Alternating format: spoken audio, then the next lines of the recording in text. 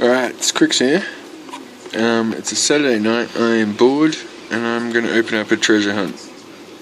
Alright, so we've got one here, it's got a fire eater, you can see the little logo there. I've actually got a few of these. One thing that annoys me is that it doesn't fit properly. Oh, see?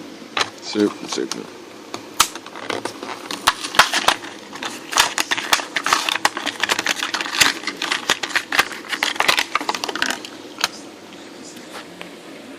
Alright, look at that. It's pretty nice. Sorry about the blur on this. I've tried to fix it up. It's not really working too good.